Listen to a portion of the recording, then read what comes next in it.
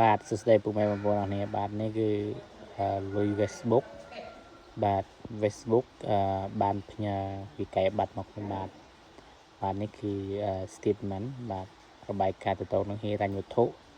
ដែលខាងក្រុមហ៊ុន Facebook ផ្ញើមកខ្ញុំបាទណាបងប្អូនបាទនេះគឺលុយ Facebook ឲ្យតែយើងធ្វើបានយើងខំប្រឹងប្រែងតស៊ូគឺលុយនឹងធ្លាក់មកជើងតែម្ដងបាទអានេះគឺខ្ញុំបាទប្រើ PayPal បងប្អូនបាទខ្ញុំប្រើ PayPal បងប្អូនអរគ្នាចង់ប្រើ